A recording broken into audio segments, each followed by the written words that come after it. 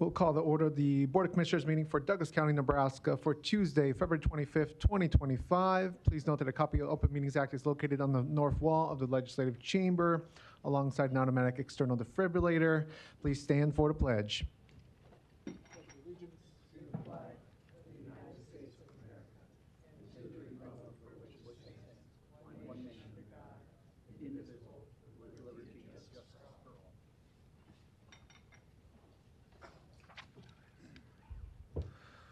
We'll first go into our Douglas County Board of Equalization meeting. Roll call, please. Commissioner Borgeson?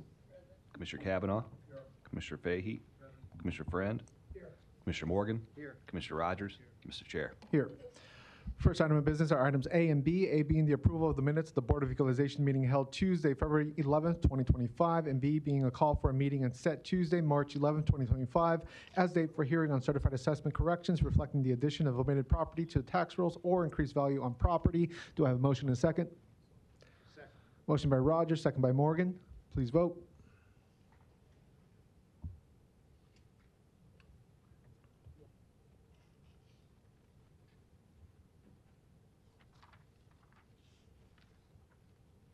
Doesn't seem to be showing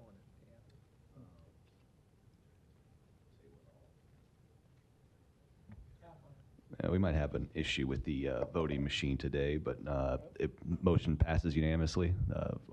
Commissioners Borgeson and Morgan are voting yes, so motion passes 7-0.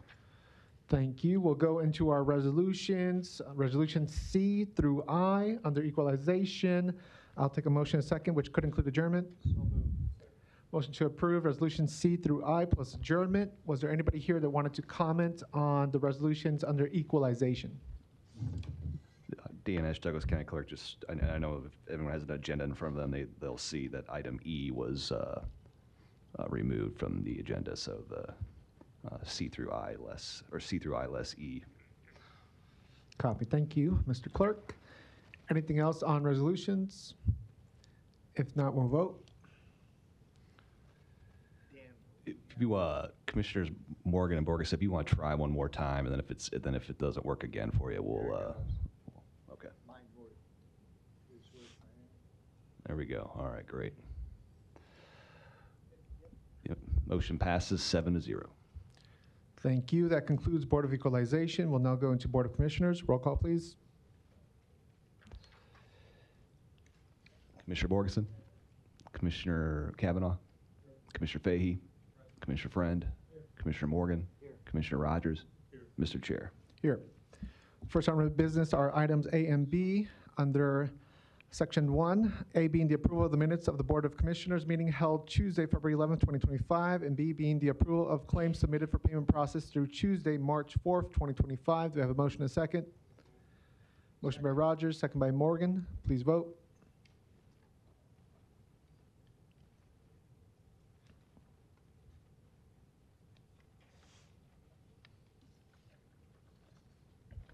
Motion passes 7-0. Thank you. I'm going to briefly take us to Section 5 under recognitions, proclamations. I know that we have a special guest on Zoom that Commissioner Borgeson has invited to participate in the Women's History Month's proclamation. So I will pass it to Commissioner Borgeson.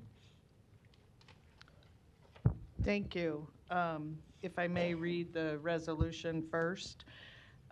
Whereas Women's History Month is a celebration of women's contributions to history, culture, and society, and has been observed annually in the month of March in the United States since 1987.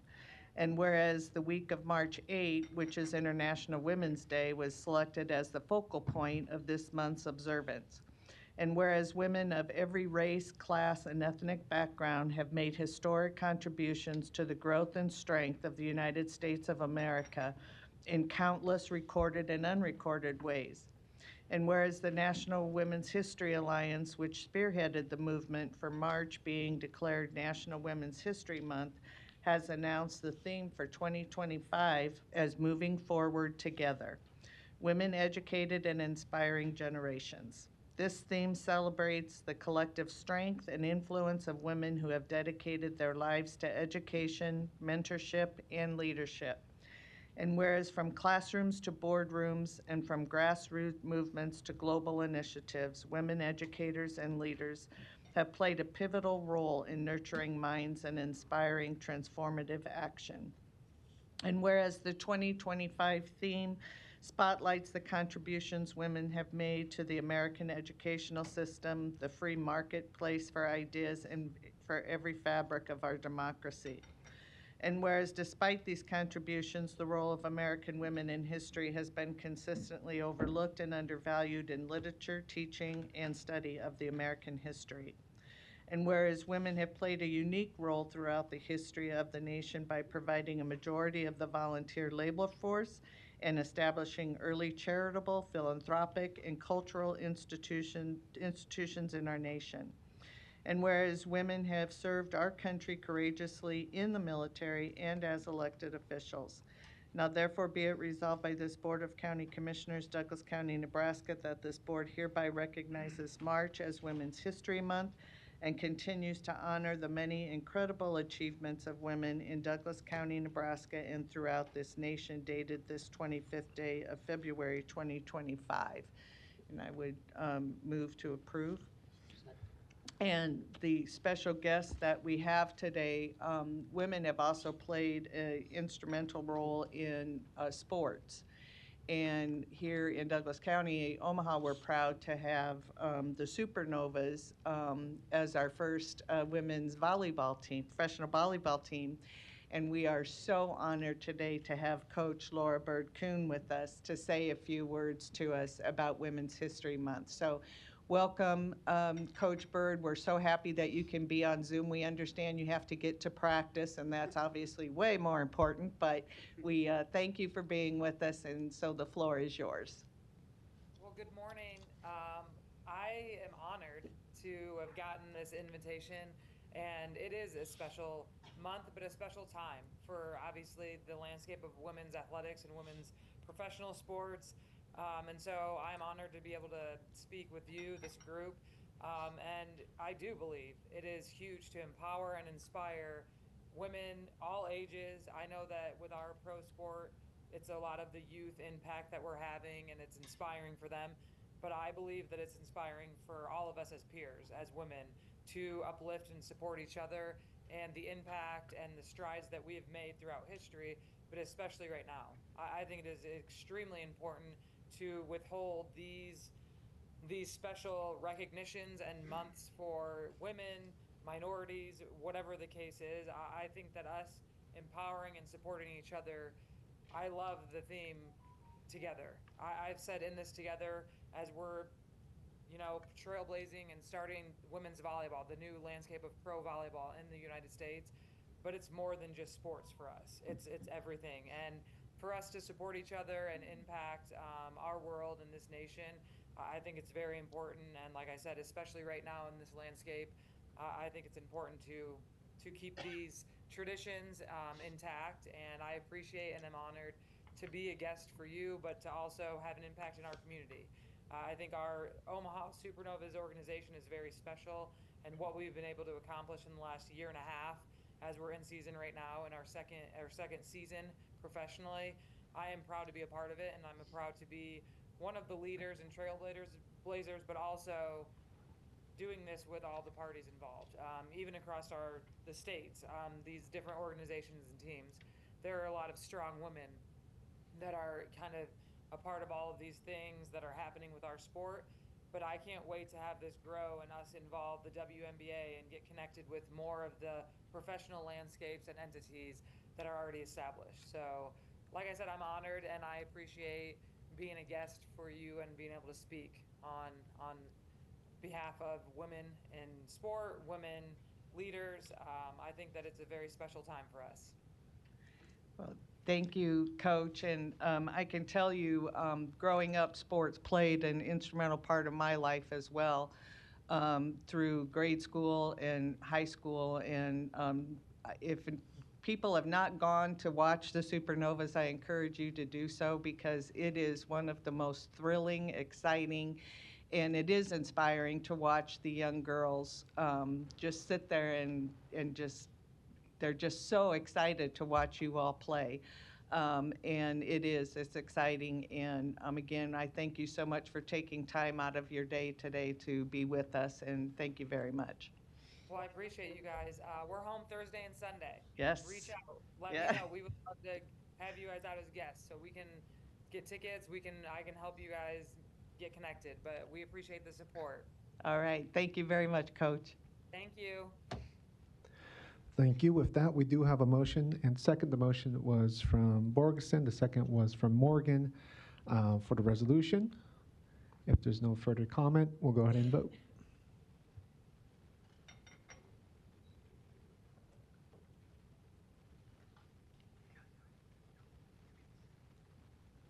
Motion passes 7-0.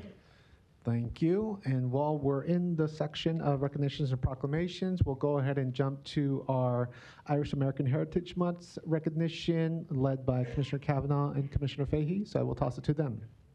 Thank you. Since 1991, the President has designated March as Irish Heritage Month.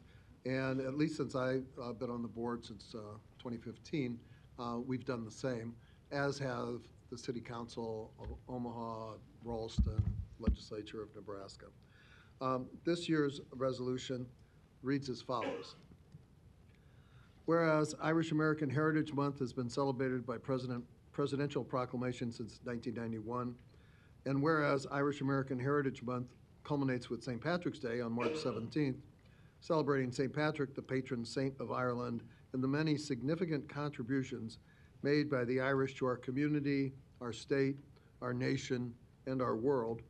And whereas the 2025 celebration will kick off on March 1st with the Irish Music Fest at the Fraternal Order of Eagles Club 38 at 6 p.m. featuring the Chancey Brothers.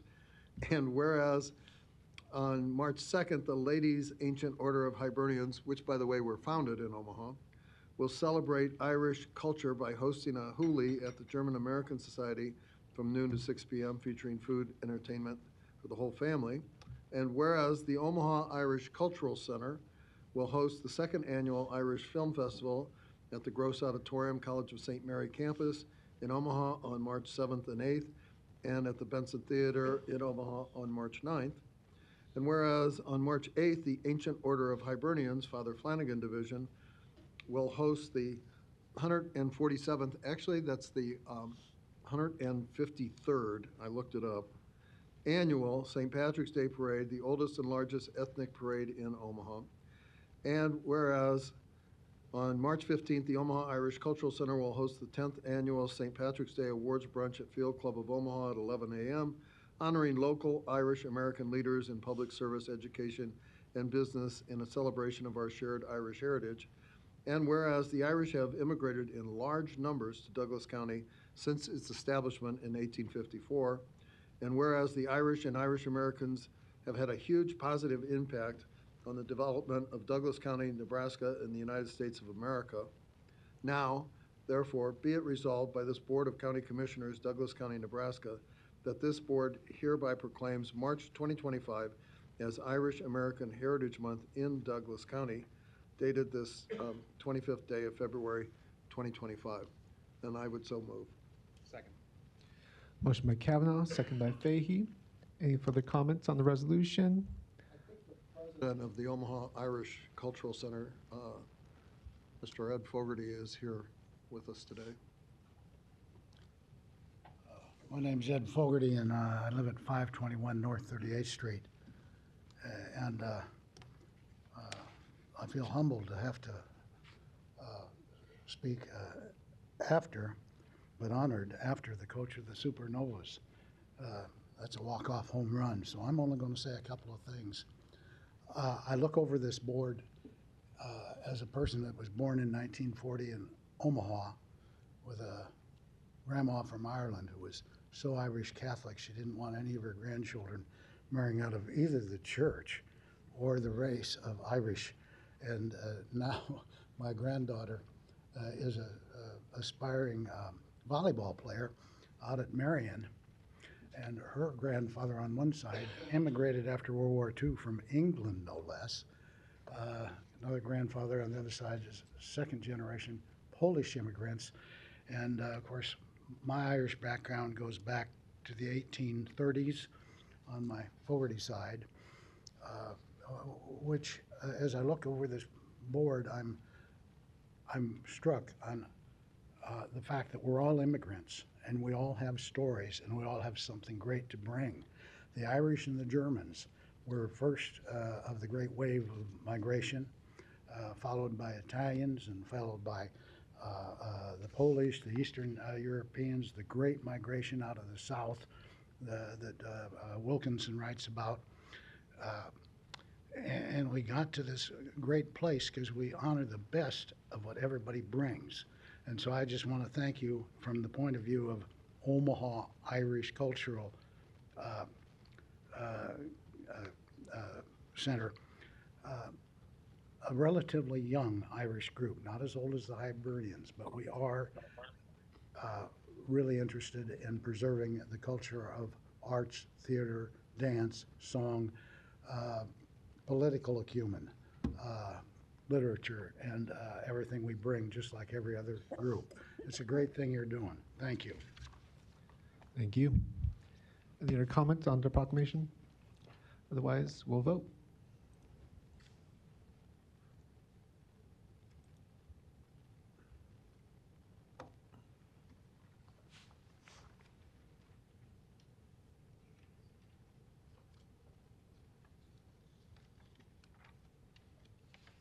Motion passes 7-0.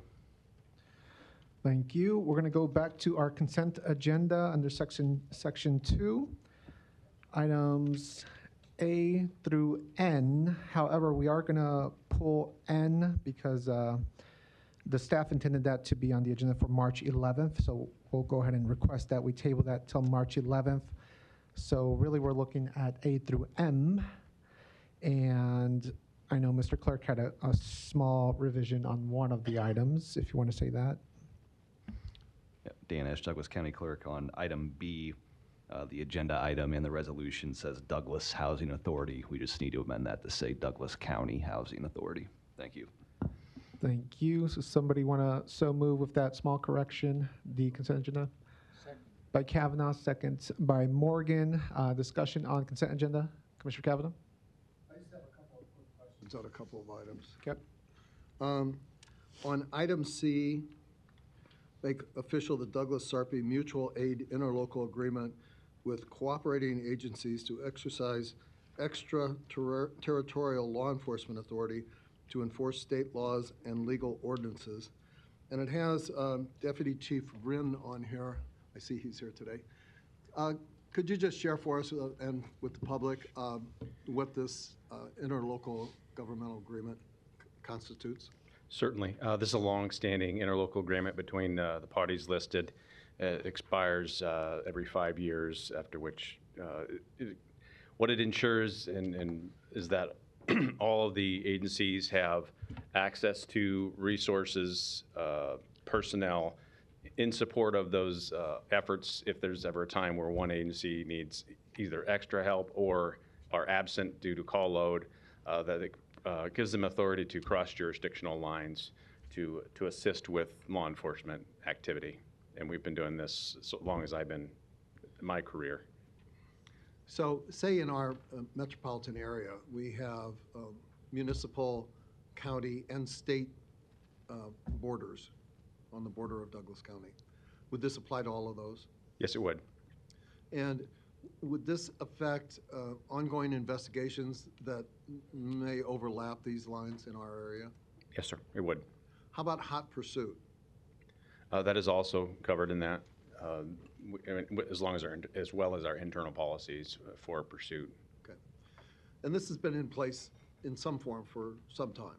As long as I can, that I've been employed here, yes. Okay. Very good. Thank you. Thank you. I have one more. Yep, go ahead. On the item E, and I see Mark LaFleur is here from the Youth Center. Agreement between Douglas County Youth Center and Ku Ilan Haley of Stop the Nonsense for Douglas County Youth Center Youth to be given the opportunity to participate in a mentorship program.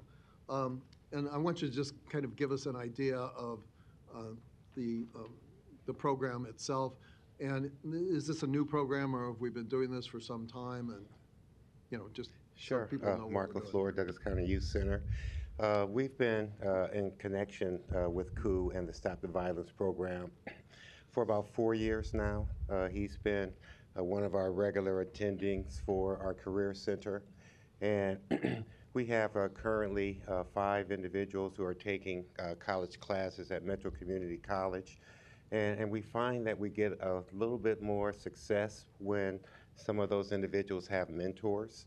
And he's agreed to volunteer to assist and help some of our mentors that are continuing through school and just needing some additional support.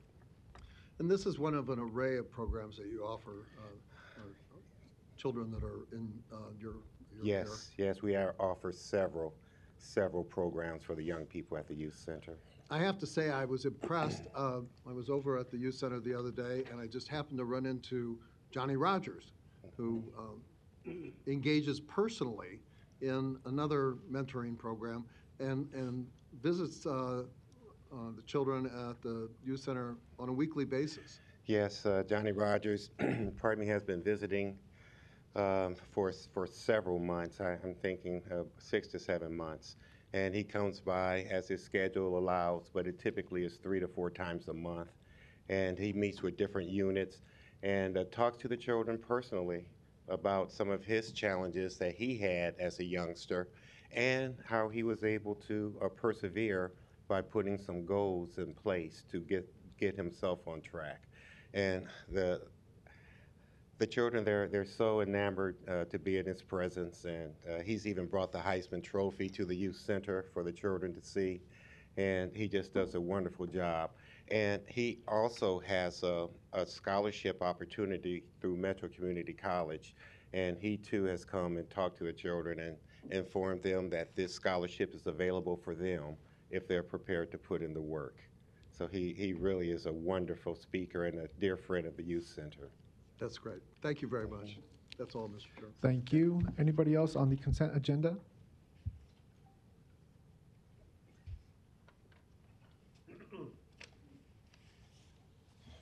Larry Storr, 5015 Lafayette Avenue, Omaha 68132. You skipped over the first one that I want to comment on. The item C, I believe it is. I'm definitely for that. This is a day in our history where things are really rapidly changing, and it's going to rapidly change for you people. But under the concept our founding fathers had for federalism, a county sheriff actually has more authority than any of you people or the state legislature.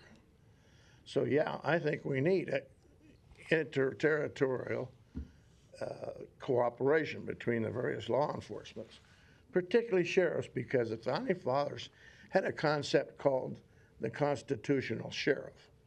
You might want to debate that someday. Read them first, what they said about it, and then you'll understand that a county sheriff may have more power than you do. So when you change the agendas unbeknownst to people, citizens, even those that prepared the night before and find something on the agenda that wasn't there on your website. But anyway, in favor of C, constitutional sheriff. And on number E, I'd like a discussion on what the hell stop the nonsense means. I pay taxes. I may have to sell my house in order to continue living because of the increase in property taxes due to programs like this. It's time for you people to tighten the belts and stop instituting new programs and hiring universities to run them for you. We can't afford it anymore. Put it back to the communities, the people, and stop the overspending that was never intended by the founding fathers or the federal government. Thank you. Thank you. Any other comments on consent agenda? If not, we'll vote.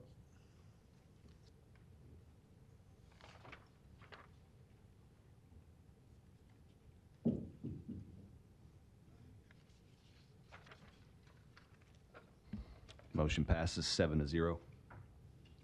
Thank you. That takes us to new business. We do have one item. Item A, discussion potential action to oppose the following legislation, LB 541, as requested by Commissioner Brian Cruz of the Election Commission. So Commissioner Cruz, if you'd like to come up and comment. Good morning, Brian Cruz, Douglas County Election Commissioner. I'm here on behalf of myself and my deputy, Chris Carithers, and I think there was a little synopsis of the bill given in your packet. I'll just go over a couple highlights here and then answer any questions if you have any. But essentially, I think the bottom line to this bill is what problems are we solving here? I mean, I would say that's an overarching theme. The other one is there's some conflicting legislation within the bill, and I don't think there's any questions. It's taking a lot of rights away from voters, and that's why our association has opposed this. I'm co-chair of the Election Law Committee. NACO's opposed to this. Lancaster County Board and Hull County Board have also voted to oppose this bill. You know, it's full of unfunded mandates as well. One of the things is it wants to essentially eliminate online voter registration. We get over 80% of our online voter registrations online, which is a great thing because it's way more efficient for our office to process those. The big one is we don't have to attempt to read people's handwriting. And if you've ever had to read people's handwriting, it's literally like reading hieroglyphics. And I'm telling you, lots of letters go out to folks, and there's a much higher rejection rate or suspense rate on those paper forms we have, just simply because there's either missing elements or we just simply can't read it. It essentially, it wants to reduce, well, one section says reduce early voting from 35 days to 22 days, with the Postal Department now saying on average, you know, that it takes a week to get your mail. The post office also asks voters, this is from the U.S. Postal Office, not to mail your ballot back a week before the election because they can't guarantee it will be delivered to us. If we were to move from 35 to 22, you got to do the same amount of work in a lot less days.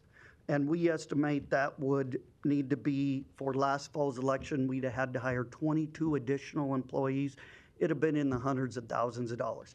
50% of all people in Douglas County now vote by mail.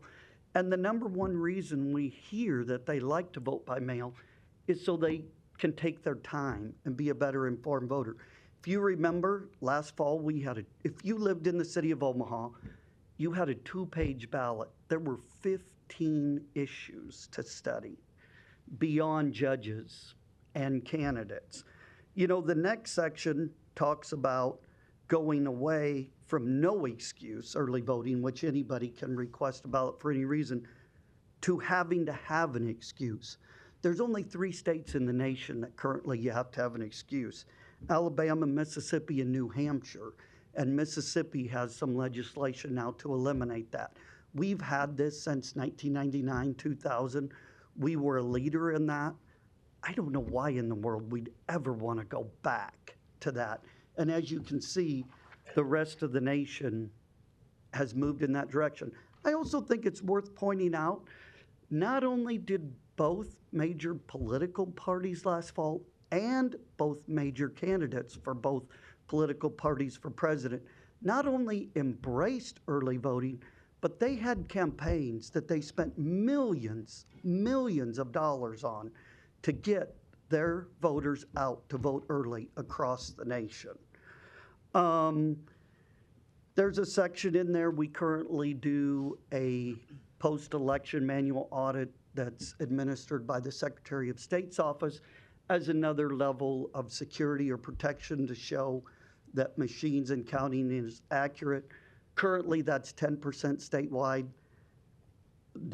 This bill would move it to 25%. We have no idea where that arbitrary number came from, but we do all kinds of tests. Currently, there's just, again, that would cost more money and more time, and there's just no evidence to show that that's necessary.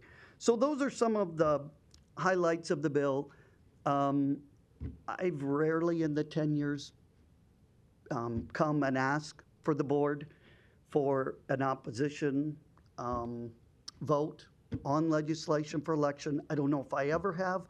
I may have once, but this is just a bill that our association, I can assure you clerks and election commissioners across the state, NACO, and other county boards are watching. The hearing's been set for March 5th. So myself and other clerks and other individuals will be testifying against this and laying out some more of the reasons, but these are the highlights. So again, it's just going back to what problems are we solving here? There's just no evidence that's been presented. There's been lots of talk about problems, but there's rarely, if ever, any evidence that's been presented to county attorneys or to sheriffs or election officials, to investigate these things. So I would appreciate your support on behalf of myself, my deputy, and the voters of Douglas County in not reversing rights for voters. We have a system that works. It works well. Obviously, our voters in Douglas County have embraced it. And so I just appreciate a vote to oppose this legislation. So thank you. Thank you, Commissioner Cruz. Before we hop into debate, do I have a motion, a second for opposition? Motion by Borgeson, second by Kavanaugh. Let's hop into discussion, starting with Commissioner Kavanaugh. Thank you. And thank you for this, Mr. Cruz. I think I mentioned before, I probably handled more recounts than any other living lawyer in the state of Nebraska, going back to before most of the people in this audience were born. However, in all that time, I haven't really come across any voter fraud, and that's 50-plus years. In the most recent series of elections where we have used these vote by mail and register online, have you discovered any voter fraud? We have not. I never like to use absolutes, but it's extremely, extremely rare, especially here in Nebraska because of the processes and procedures and safety measures that we have in place, the duplicity, the triplicity, and things of that nature. So to answer your question, the answer is no. And as far as you know, statewide in the 93 counties, has anybody recently been charged with voter fraud? I believe there was a little tiny village maybe a year or two ago where some folks claimed to live there, but they were outside of the village limits, and they claim there was some confusion. I think there may have been that case, but May have been one case. Oh, maybe. Millions of ballots. No Millions of question. ballots cast. Okay. Yes. In our experience, since these alternate ways of voting have become available, have they been popular with the electorate?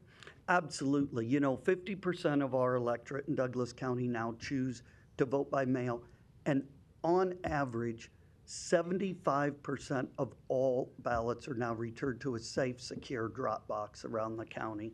We have cameras on them. Voters have embraced them. They've liked the early voting. They've really liked the drop boxes. And we've had no issues with those. So 100%.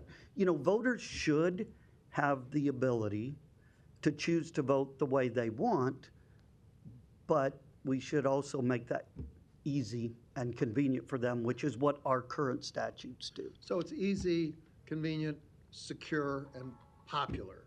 100%. Okay. And this would change all that. It would definitely roll it back, yes. Yeah. And, I think for all those reasons, we should probably endorse your opposition to LB 541. I plan on voting for that opposition.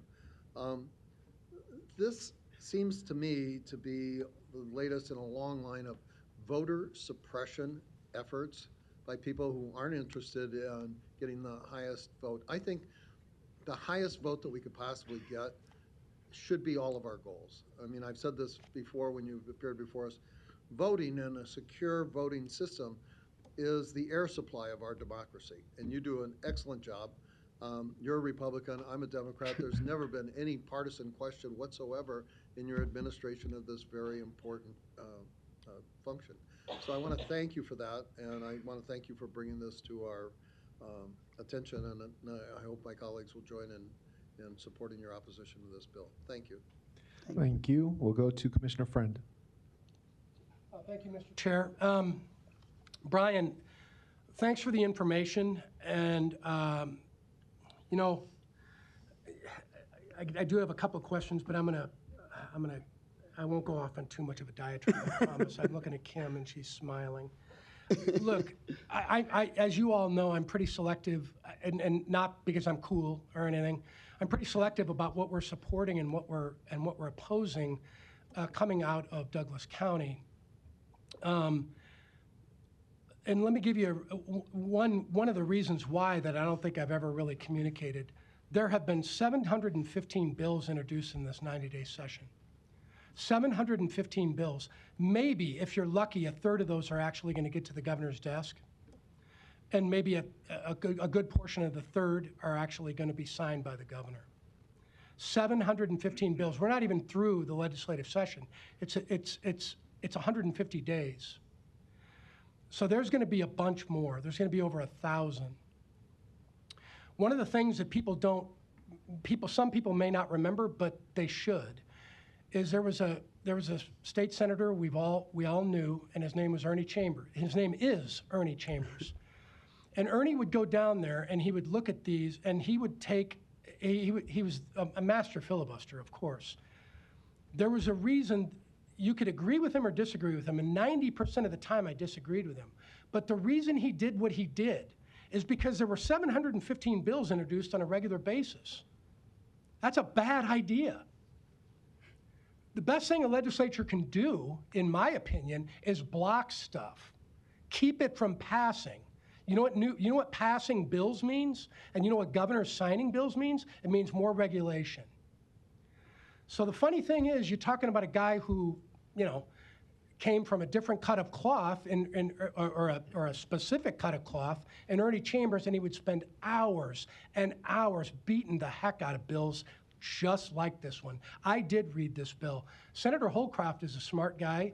He's a nice guy. I think he knows what he's doing. I don't know where this came from, but when I read it, I would add, and here's where my question comes in. When I read it, Brian, you just alluded to the fact that a lot of times these bills come forward, you're trying to solve a problem. What would you surmise is the problem they're trying to solve with this particular bill? Because I don't know. I read it. I don't know. I would agree with you, and that's what I said in my comments. And also, not to take up your time, but you say you're careful about what Douglas County supports and opposes. We do too. I do at the Election Commission. That's why it's extremely rare, if ever, I've been here to ask for this. Brian, you alluded also to the idea that a portion of this or all of it is an unfunded mandate.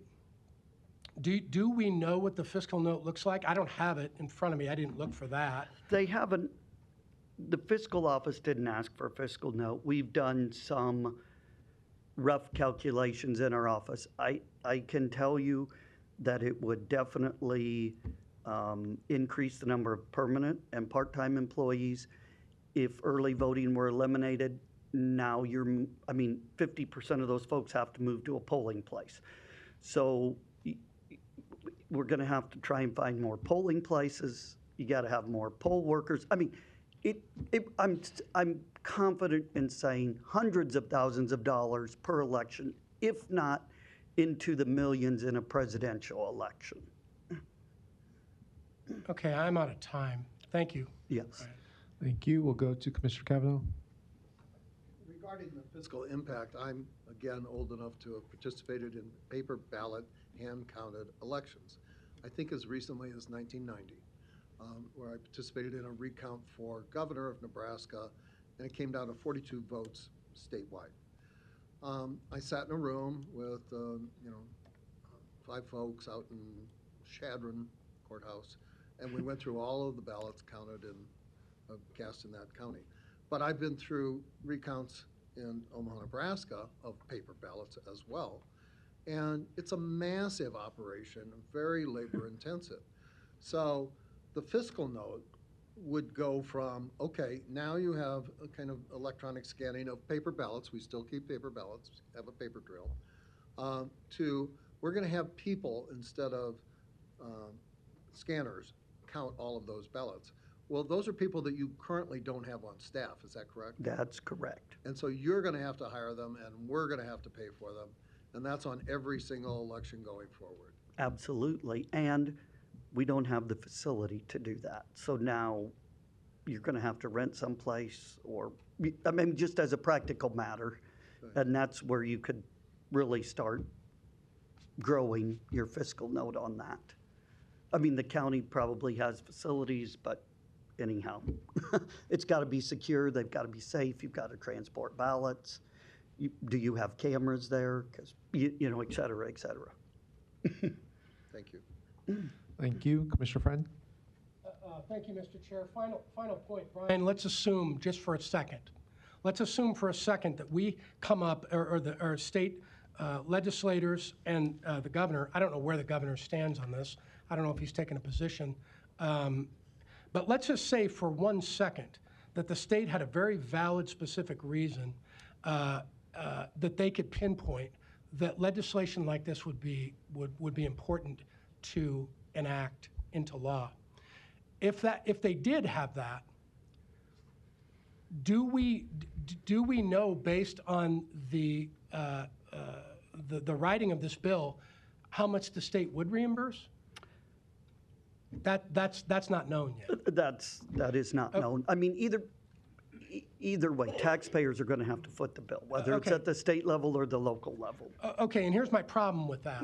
Again, a good 70 to 75% of what we're doing on a pretty consistent basis is mandated by the state. They say you have to do it. Now, sometimes they don't tell you the amount you have to pay. They just say you got to do it. Okay, now we're going to get another one. All right, so look, long story short, if I had an opportunity, I could pound the heck out of this bill. I could take 8 hours to rip this to shreds. And the lawyers better come in, and they better convince me that we're trying to solve a problem, because this is regulatory constraint. Anybody that thinks they're a libertarian or a Republican, you better read this real close. And you better understand exactly what's actually happening. That's all I'd have. Thank you, Mr. Chair. Thank you. Commissioner Borgeson? I just have to say I support opposing this, and the question was asked, where did this come from? Well, look across the country. I mean, seriously. All this is people throwing out, again, misnomers, untruths about voter fraud, and creating these legislative bills for folks to take up, again, to keep that fear and scare and fear-mongering alive. And again, there has been none. And I take that back. You know what I'm talking about. So again, to me, some legislators get these bills, they get them from organizations that we hear are terrible organizations, and we shouldn't take anything that they say or follow anything that they do. And to me, this is one of them. This isn't just one, there's more out there at the federal level and at the state level that I think, again, we need to keep it in the hands of those who are doing it competently, like you and your deputy and our staff, and those across the county, across the country, of counties running very good elections. And we just need to continue to do that and fight this fear-mongering and nonsense as we move along. So I will, well, I made the motion, but I'll be supporting your the opposition to it. Thank you. Thank you. Any other comments on this topic?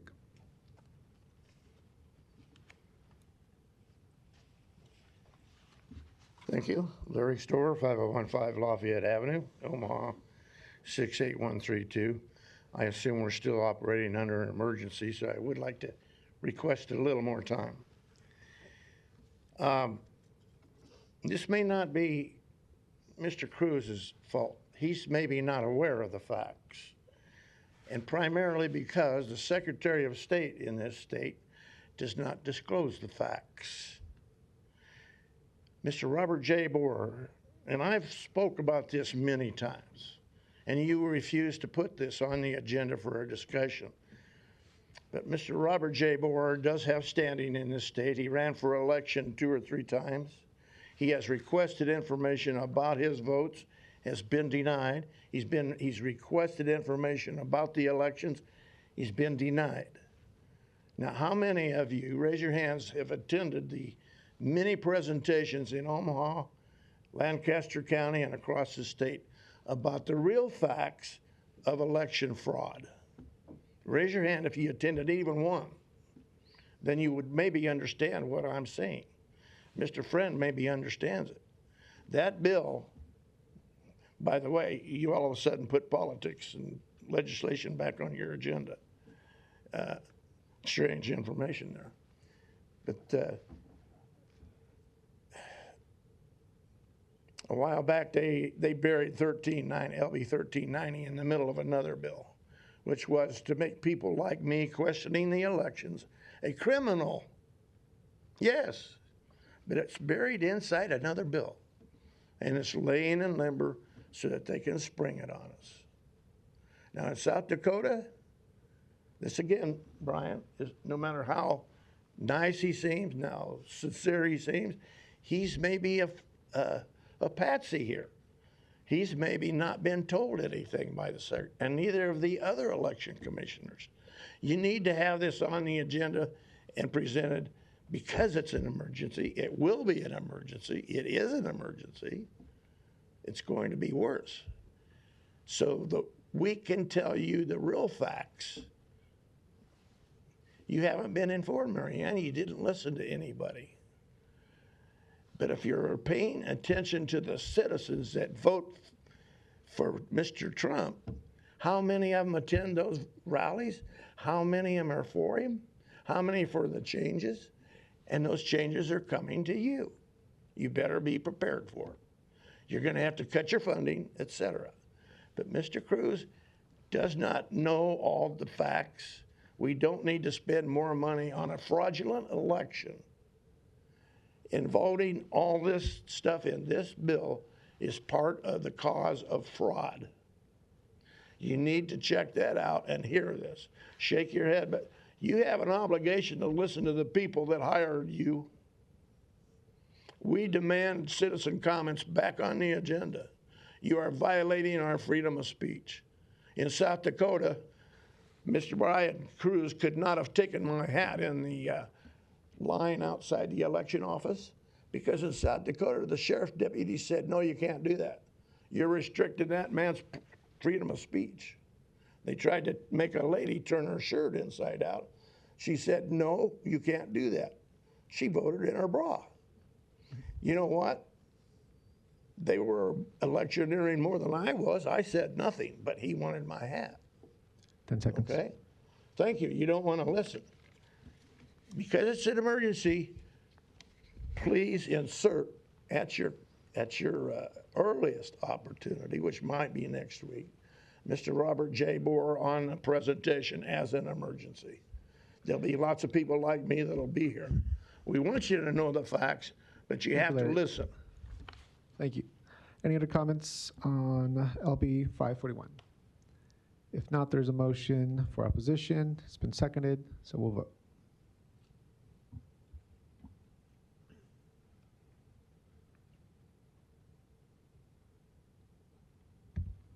Motion passes 7-0. Thank you. We'll now go to section 6 of the agenda, presentations. We have one today from Douglas County Sheriff's Office presentation outlining the current property crime trends, Special Operations Group, and Community Action Team statistics for 2024.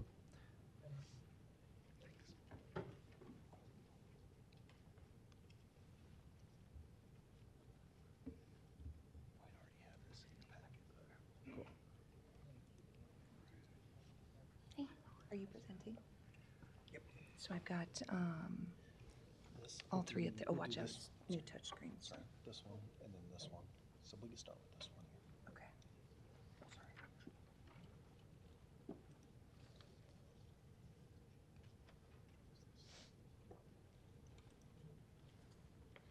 You can, yeah, you can arrow over or.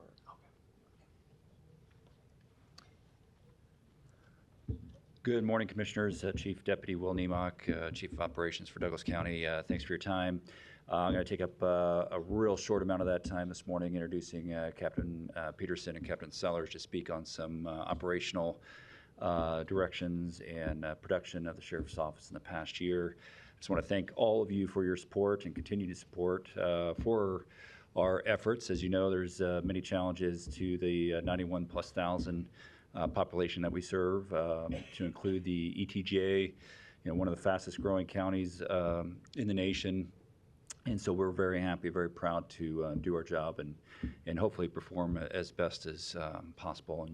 And this is just a short way for you to kind of see that return on investment.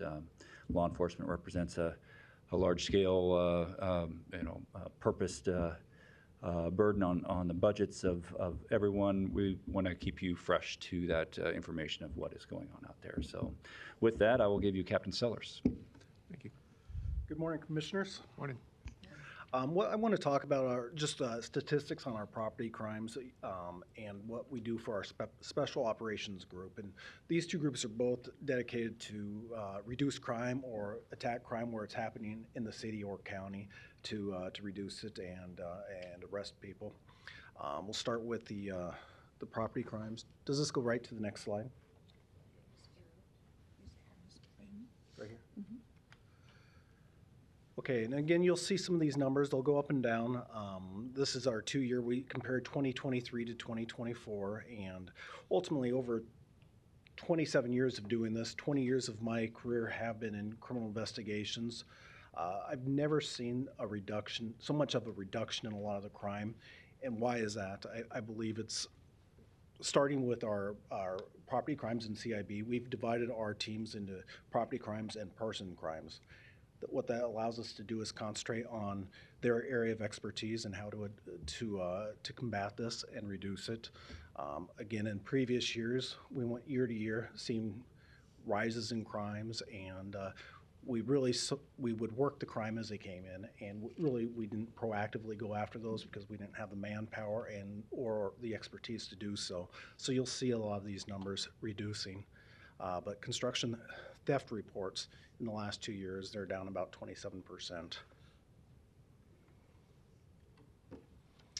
However, the construction theft of the dollar amount is up about 55%. And why is that? Back 5 years, 10 years ago, somebody would break into a construction site and steal a bag of tools, maybe worth $1,000 or $2,000. I believe a lot of the suspects are going after higher dollar amount items. We're seeing bobcats stolen, telehandlers stolen. They're worth $50,000 to $80,000. As of the last year or so, we're working closely with a lot of the builders in the area through MOBA to combat that and put trackers on vehicles. Trackers that the owners are putting on, but it allows us to help track and identify suspects. Now, what I have seen in the last year or so is most of our suspects in construction thefts that we have arrested are repeat offenders. Many of times they're out on PTR, and now they're out doing it again, and then we'll arrest them a second and or third time. Burglary reports down 7%, and again, I believe all these numbers are showing because we're being proactive. It's just not, they're going down on their own. We're doing things to reduce this.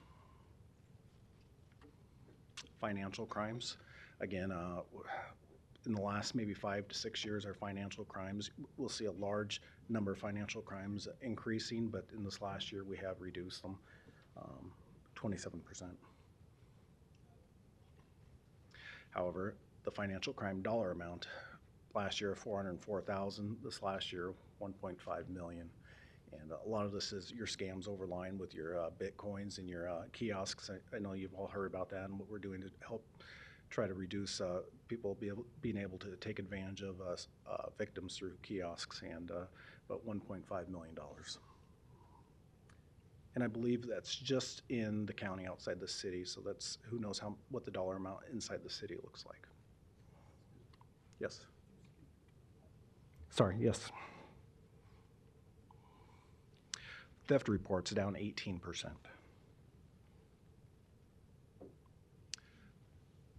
Theft from vehicle reports down 32%. Auto theft reports down 30%. Total property theft crime reports down 23%. And the summary here that I just want to point out is the successes we have, the number of investigators we have back in CIB. Again, we want to increase that number, but what we've done is split that team up of 9 investigators, into half of them being experts on property crimes and the other person crimes. So the others would do your assaults and stuff like that. But we really have a dedicated team just looking at property crimes. Huge thing for us that we've added, that you allowed us to add a year ago, were the license plate readers. Almost every case we're seeing, we touch onto the license plate readers to help develop suspects, and now we're sharing with outside agencies who have license plate readers as well. And it's been a tool that's just a great tool for us. And also our cooperation between DCSO and the local builders. I touched base with that. Again, we've met with many builders and through MOBA, and trying to identify how to reduce those construction thefts, and I believe what we're doing is working. What are our challenges? Again, I touched base on this, repeat offenders. Whatever we do to stiffen up on PTR, whether it's through corrections and or with the judges on what we need to do to track these people better. I know my office works with corrections on those that are on PTR to help try to develop ways to stop this, but it's still a work in progress. Again, the increased monetary value of items being taken is a challenge. I mean, again, back in the day when it was $1,000 at a time taken, now you're seeing 20, 50, or more taken at a time.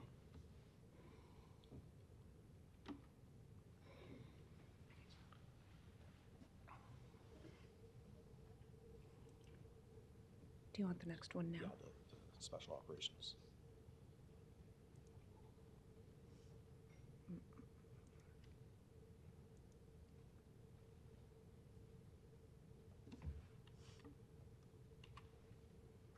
Oh, it's right there. Okay.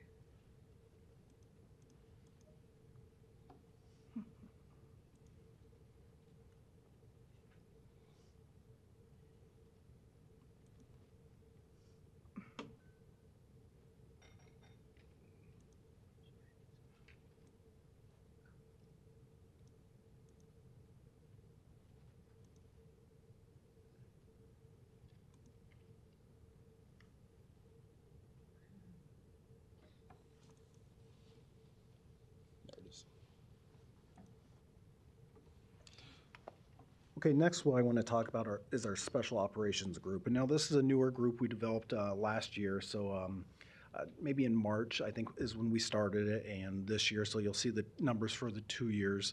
Last year was kind of the startup of it, so you'll see some numbers that seem a little lower, some are higher. And we'll go over why that is.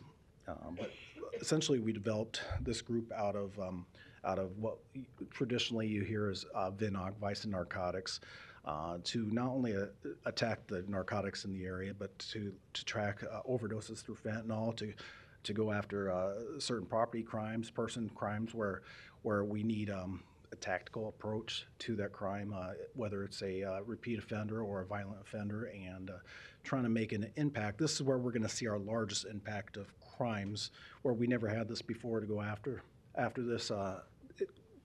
This now we are doing it, and we're seeing a great decrease in a lot of the stuff where the crimes in the county.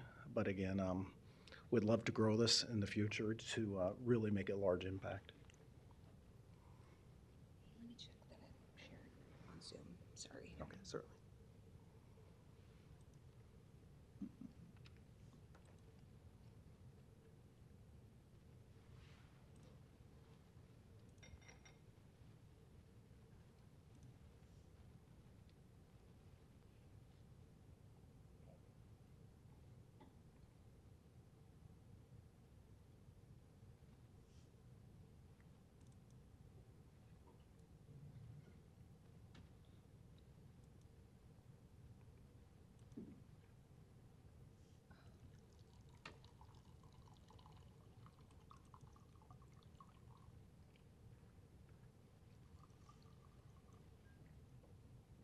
Is that it?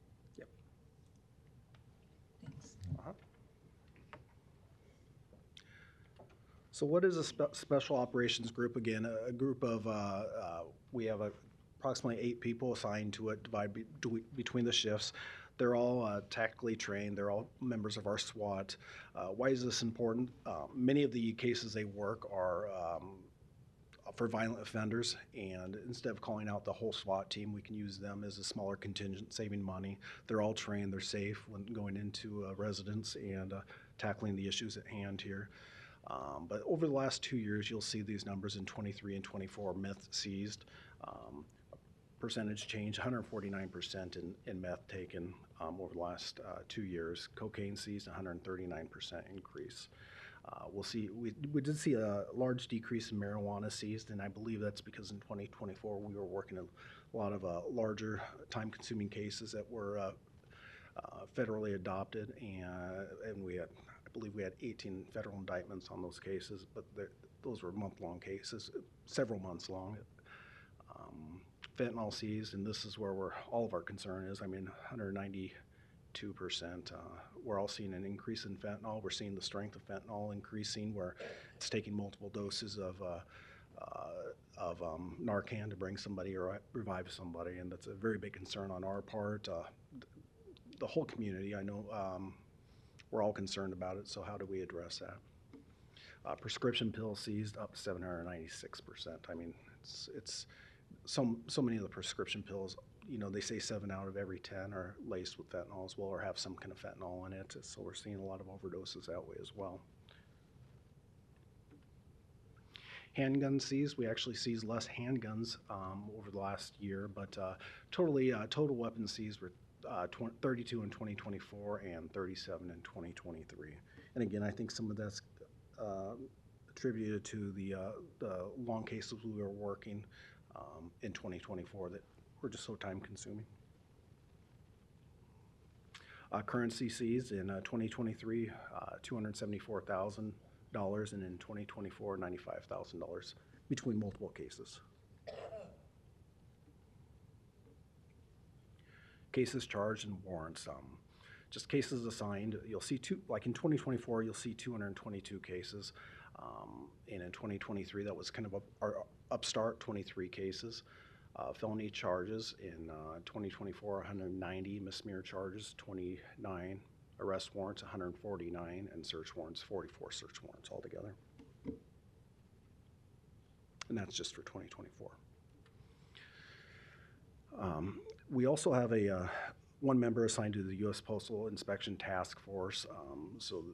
What they're doing is looking for packages going through the mail system. And in 2024, we really started, I believe it was midway through 2024, we had him join the team, Deputy Andy Woodward, and fentanyl. He received 6 pounds of fentanyl pills, 13 pounds of meth, 60 grams of cocaine, 14 and a half pounds of THC products other than marijuana, and then marijuana 5.5 pounds through the mail system.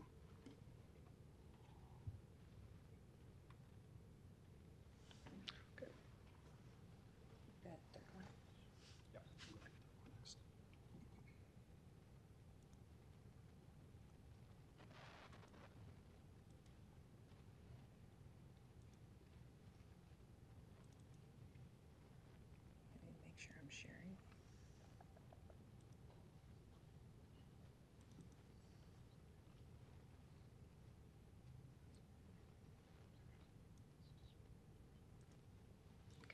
Next I'll pass you over to Captain Chris Peterson with the Road Patrol, and he'll talk a little bit of talk to you about their statistics they're seeing. Good morning. Captain Christopher Peterson, Douglas County Sheriff's Office, Uniform Services Bureau. I just have one slide today, what you see up there. I'm just going to briefly talk about 2023 versus 2024 traffic fatalities. What I'd like to point out, a few items here.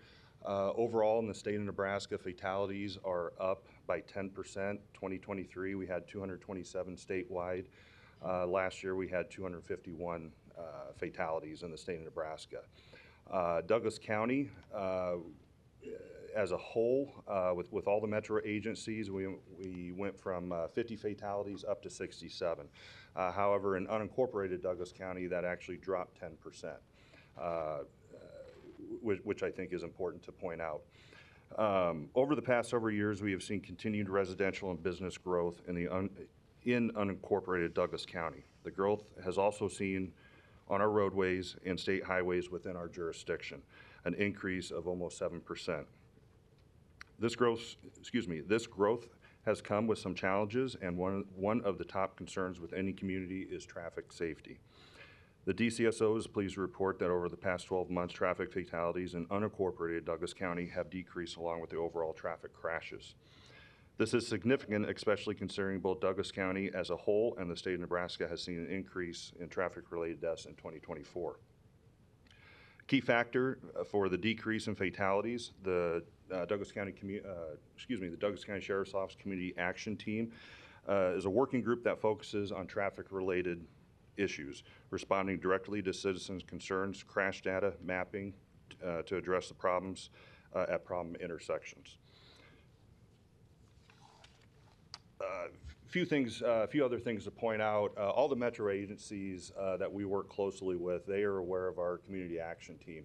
Very routinely, several times a month, they reach out to us with assistance when they know when there's a planned speeding event, racing event someplace in the county, whether it's unincorporated or not. We address high-risk, reckless driving incidences, occurrences throughout the county. Our goals, we continue to build CAT. In fact, next month, March, we'll be adding another member to the CAT team to help aid in our efforts. Again, our main focus is traffic-related activities. We are making a major impact with traffic in unincorporated Douglas County. One of the other things to point out, we have several highways, state highways that run in unincorporated Douglas County. Those are key focuses for us to hinder speeding, reckless driving, and so forth. One of the other items that we're working closely with state highway departments, county roads departments, is seeing what we can do to prevent any more fatalities or at least decrease them as a whole and other traffic accidents. We're looking at timing on the traffic stop lights. There's several where the speed goes from, say, 65 down to 55, but in a very, very short distance from where that light is, and then the timing in addition to that distance just does not work out. So we're working closely with them, hoping to get that done the next several months to adjust the timing and the speed in these areas, which I do firmly believe that will decrease the number of fatalities, accidents, and so forth. That is all I have. If there's any questions, I'd be happy to answer them. Thank you. Much appreciated. We're going to go into discussion, starting with Commissioner Cavanaugh. Thank you. And I want to thank you all for your reports. Sheriff, I might have a quick question or two for you.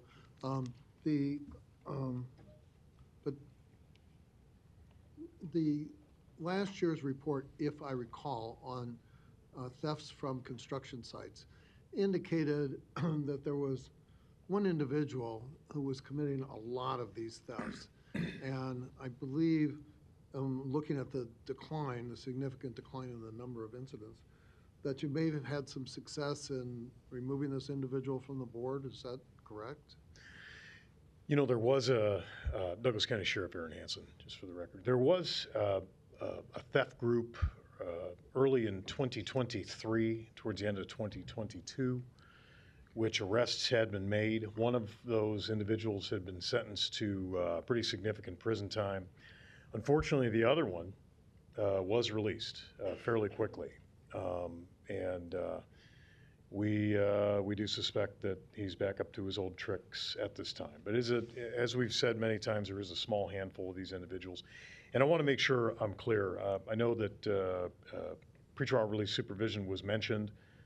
That's not the only supervision that we see people reoffending. We see it on probation. We see people recently being released from prison, committing that repeat crime behavior over and over. So it's not one particular area of supervision that we're experiencing this.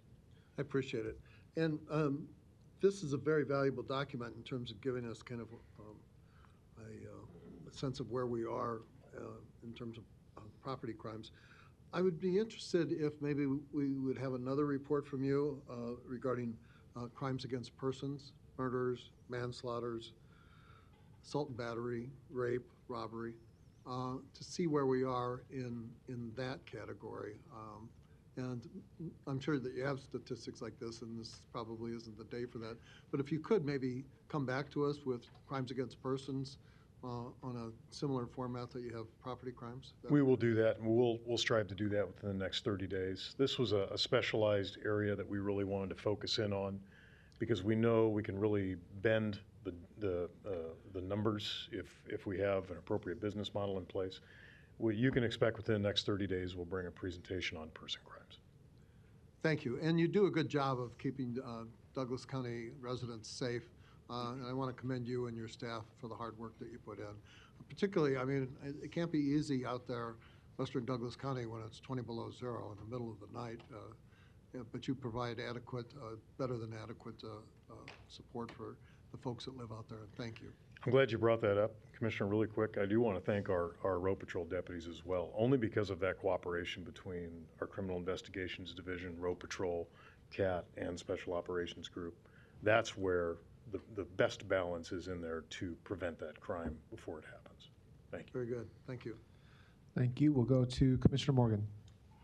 Sheriff, as long as you're here, I want to be sure to thank your staff, people, presentation, but I also want to mention that I really appreciate what you're doing on kind of helping with the clothing donations and everything at 156. I'm not sure how long ago you started that, but that is really helpful to those people that are homeless and what you're trying to do there. And I know you've been working at that for really since you got there. I remember you helping some of the people around 93rd and Dodge, 87th and Cass and so on. So thank you for that fundraising effort that you're doing with clothing and quilts and so on. You know, I gotta give the majority of the credit to our community action team, the deputies and the supervisors that are actually boots on the ground in that effort, because we all know if there's a complaint from a citizen in any county district that deals with a homeless encampment, they will descend on that area and try to ensure that the law is enforced. But at the same time, they're building relationships with the folks in those camps, and they realize they have unique needs. They're a vulnerable population.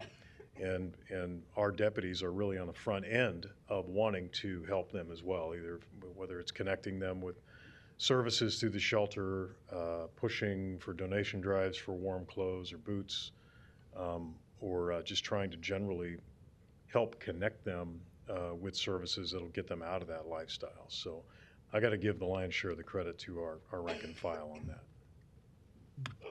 But it also, that credit's due, but also credit to you because you respond. And I've had people call, and my comment back to them is, you know, yes, Sheriff Hansen is on it.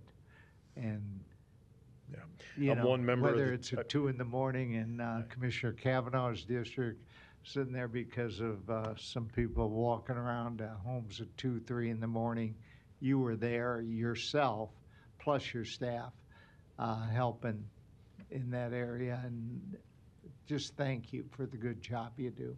I appreciate your comments. I'm but one member of a larger team. Most of the more important players Right. make up the majority of the team. So, Okay. thank you. Thank you. We'll go to Commissioner Fahey. Thank you, Sheriff. I want to thank the whole department for coming. I especially just want to acknowledge and thank you for, putting the period on the traffic fatalities in your work there. I know the department, your office is proactive about it, and frankly, doing some work that should fall on the shoulders of governing bodies, administrative agencies, and planning departments in terms of recognizing and understanding that traffic fatalities, almost more than any other of the sort of fatalities that we are confronted with, represent policy choices by policymakers. And so I thank you guys for being on top of it, and my colleagues are going to have to get used to me hearing and trumpeting this over and over again, that 10 deaths in unincorporated Douglas County is too many, 9 is too many, and I just want to thank your office for addressing that. Thank you, Commissioner. A couple quick comments. Number one, it's the top complaint we receive. And we've seen it both in our University of Nebraska Omaha criminal justice surveying of our constituents. It's a top issue far and away, the top public safety issue they're concerned about.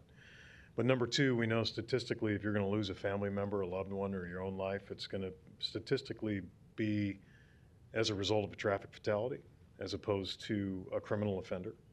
And we take both very seriously.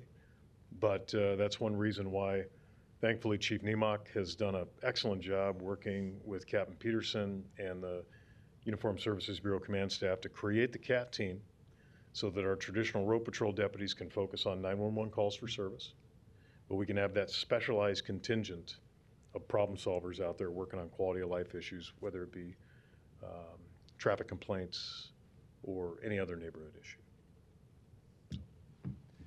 Thank you. Any other comments on the presentation today? If not, we'll give our thanks to the captains, chiefs, and sheriff for the update, the information, and your quality of work. Appreciate it. Thank you. Thank you. With that being said, we'll go to section 7, public hearings. We have one today. Item A, a public hearing for Class C for Red Rock Canyon Grill Omaha LLC, DVA Mahogany Prime Steakhouse, located at 225 North 145th Street, Omaha, Nebraska 68154, with manager application for Andrew Roy. I'm going to open up the public hearing for this item. Is there anybody that wanted to comment during the public hearing? If not, I will close the public hearing and ask the will of the board. Motion to approve by Borgeson, second by Morgan. Comment by Commissioner Rogers. Mr. Chair, I'm just curious, why is this coming to us?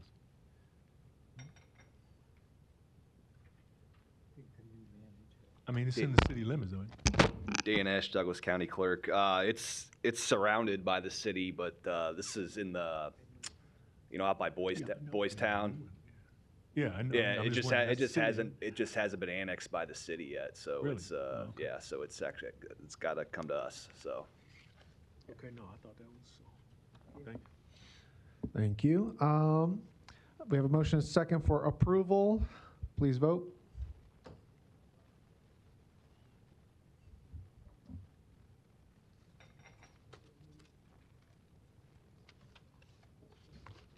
motion passes 7-0. Thank you. That takes us to committees. Under finance, we have budget report as presented. Then we go to human resources, where we have our weekly personnel report also as presented. We do have a need for executive session today for the purposes of litigation and labor negotiations. Before I take a motion on that, I see a light from Commissioner Kavanaugh and Commissioner Borgeson. Thank you, Mr. Chairman. There will be a community services meeting next Tuesday at 1 p.m. in room 903 upstairs. I don't see attached to this the notice of the committee hearing, but because there's no board meeting next week, I'm making this announcement tonight. This will be regarding the Visitor Improvement Fund grants, and we have, I believe, about $5 million this year in the Visitor Improvement Fund Grant Program.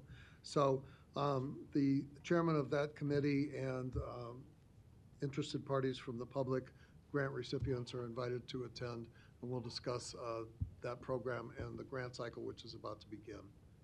Thank you. Thank you, Commissioner Kavanaugh. We'll go to Commissioner Morgeson. You. I would just like to remind everyone that our Mental Health Awareness Night with the Lancers is Saturday, March 8th, starting at 6:05 p.m. It's the Omaha Lancers versus the Tri-City Storm at the Ralston Arena. They did this last year, if you remember, and it was a huge success.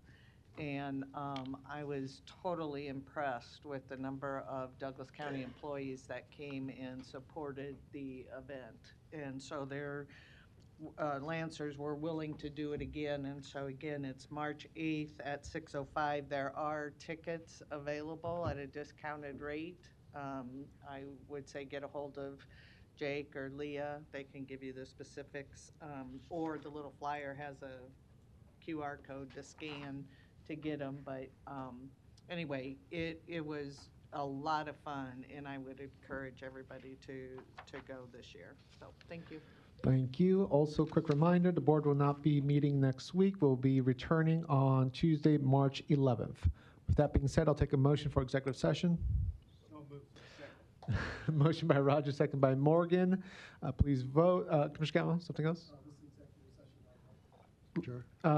Litigation and labor negotiations. Okay, thank you.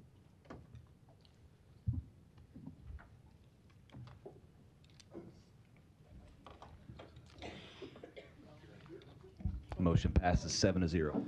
Thank you. The board will now be going into executive session for the purpose of litigation and labor negotiation.